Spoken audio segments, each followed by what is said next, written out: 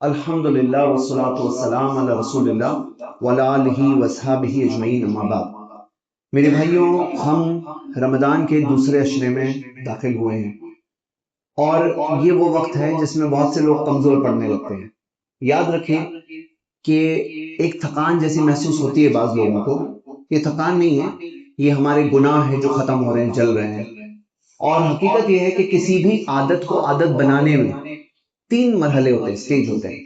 پہلا سٹیج ہوتا ہے جب شوق سے آدمی کرتا ہے کوئی چیز، کوئی عادت اچھی بنانی ہے، شوق سے شروع میں کرتا ہے۔ پھر تھوڑے دنوں بعد ایک فائٹ تھرو والا سٹیج ہوتا ہے جس کے اندر اب اس کو لڑنا پڑتا ہے اس چیز کو کرنے کے لیے جو تھوڑے دن پہلے شوق سے کر رہا تھا، ابھی لڑ کے کرنا پڑتا ہے۔ پھر تیسرا مرحلہ اس کے بعد کا آتا ہے جب وہ اس کا سیکنڈ نیچر بن جاتا ہے، یعنی اس کا خود کی دوسری فطرت وہ بن جاتی ہے۔ وہ چیز جو عادت بنانے نکلا تھا شروع میں اور جو لڑ کے اس نے دوسرے مرحلے میں آگے بڑھا، وہ تیسرے سٹیج میں جا کر اس کا سیکنڈ نیچر بن جاتا ہے، یعنی عادت بن جاتی ہے۔ میرے بھائیوں، وہاں تک پہنچنا ہے تو دوسرے مرحلے کو پار کرنا ہوگا۔ وہ دوسرا مرحلہ رمضان کا اب شروع ہوا ہے۔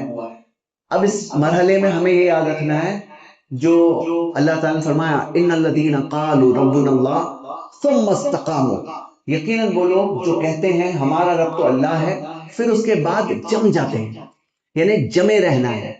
جو نیک کام کر رہے ہیں، جو عبادتیں کر رہے ہیں، جو نمازیں پڑھ رہے ہیں، جو تراویح پڑھ رہے ہیں، جو قرآن کی تلاوت کر رہے ہیں، جو توبہ استغفار کر رہے ہیں، جو گناہوں سے بچ رہے ہیں، جو فرض نمازوں کا اہتمام کر رہے ہیں، جماعت سے نماز پڑھنے اہتمام کر رہے ہیں، سب جو کر رہے ہیں وہ اچھے سے کرتے رہنا ہے، بھلے ہی تھوڑا زیادہ لڑنا پڑے۔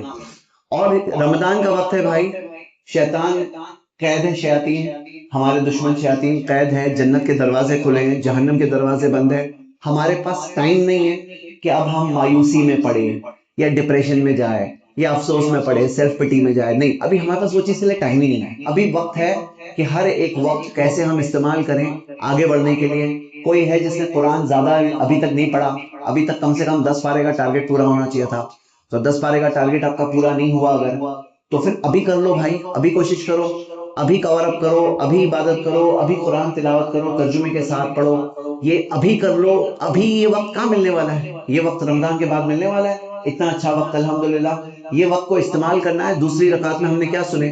دوسری رکعت میں قد افلح من زکاہا، ہاں، جو ہم نے سورہ سنے کہ وہ کامیاب ہو گیا جس نے اسے پاک کیا۔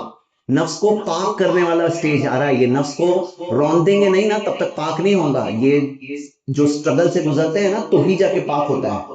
قد افلح من زکاہا وقد خاب من دساہا، وہ ناکام ہو گیا جس نے اسے بگاڑ دیا۔ تو نفس کو پاک کرنا ہے اگر ہمیں اور رمضان کے اصل مقصد تک پہنچنا ہے تو یہ دوسرے 10 دن بھی ہمیں پار کرنے ہوں گے اچھے عبادت کر کے، نیک کاموں میں مشغول ہو کر، اچھی چیزیں جاری رکھ کے۔ اور وہی کرنا چاہیے، اپنے آپ کو اللہ تعالیٰ کے وعدے یاد دلانا چاہیے، زندگی کی اصلیت یاد دلانا چاہیے۔ بھائی اصلی بات کیا ہے؟ اصلیت یہی ہے، یہ ہے زندگی اصل۔